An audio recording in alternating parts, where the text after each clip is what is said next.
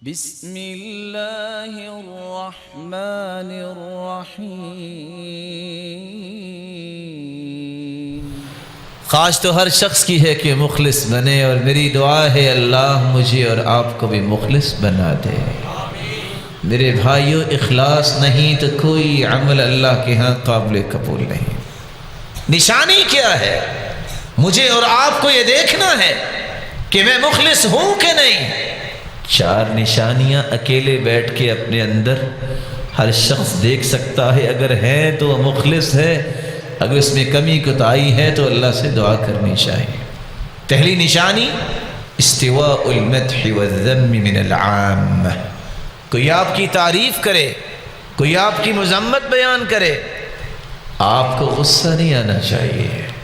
کوئی آپ کی تعریف کرے تو آپ کو پھولنا نہیں چاہیے۔ آپ کی کوئی مذمت بیان کرے تو یہ نہ کہیں کہ یہ میرا دشمن ہے، ہو سکتا ہے وہ آپ کا خیر خواہ ہو، تمہارا شیطان تمہیں سکھا رہا ہو یہ تمہارا دشمن ہے۔ یہ دعویٰ نہیں، یہ صحابہ کا ایک عمل تھا۔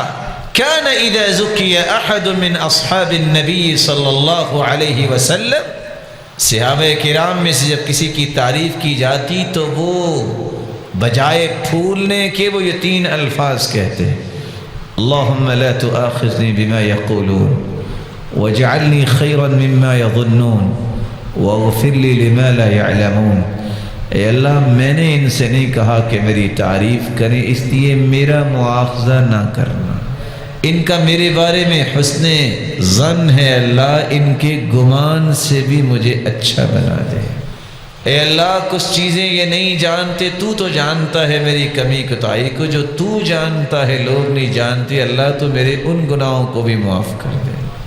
اور اگر کسی کی برائی بیان ہوتی، اب سوچ سکتے ہیں کہ ابوبکر جیسا انسان دنیا میں آیا ہے؟ نہیں آیا، جس کے لیے 8 جنت کے دروازے کھل جائیں گے۔ اس کے بارے میں اللہ کے رسول نے فرمایا، میں اس کا بدلہ نہیں دے سکا، اس کا بدلہ اللہ قیامت کو دیں گے۔ ابوبکر کے احسانات کا بدلہ اللہ دیں گے۔ ایک شخص نے آ کے کہہ دیا کہ آپ بڑے عجیب آدمی، مسکرا کے کہا تم نے تھوڑا بیان کیا، میں تو اس سے بھی عجیب ہوں۔ سوچ سکتے ہیں ایک شخص کو جنت کی بشارت ملی ہو اور دوسرا آ کے کہے بئس الرجل انت، بڑے برے آدمی ہو۔ اور صحابی نے کیا کہا؟ ما عرفنی الا انت، مسکرا کے کہتے ہیں صحیح تعارف ویسے تو نہیں میرا کیا ہے، لوگ تو ایسے بھولے ہی ہوئے تھے۔ تعریف اور مذمت برابر ہونی چاہیے۔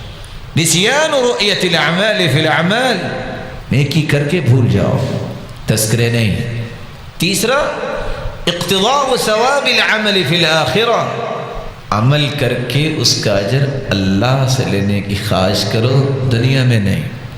یہ اخلاص ہے، تم نے نیکی کی ہے، اس کا اجر تمہیں اللہ دے گا، وہ اللہ نے لکھوا دیا ہے۔ میرا رب کسی کی نیکی کو ضائع نہیں کرتا، اور جو دنیا میں ہی چاہتا ہے کب اس کا مجھے بدل مل جائے، یاد رکھنا اس کو شاید قیامت کو محروم ہونا پڑ جائے۔ اللہ رب العزت یہ 3 نشانیوں کو دیکھ کے ہمیں اپنا رخ درست کرنے کی توفیق عطا فرمائے۔ اور سیدنا علی رضی اللہ تعالی عنہ کہا کرتے تھے، چوتھی نشانی بھی شامل کر لو، مخلص وہ ہوتا ہے آپ تعریف کرو، مذمت کرو، اس کے کام کی رفتار ایک ہی رہتی ہے۔ والمرائی، اور ریاکار وہ ہوتا ہے، ینشط اذا مدح ویکسل اذا ذم، تعریف کرتے رہو، کام پہ لگا رہے گا، جب کوئی سخت بات کہہ تو بیٹھ جائے گا۔ کیوں؟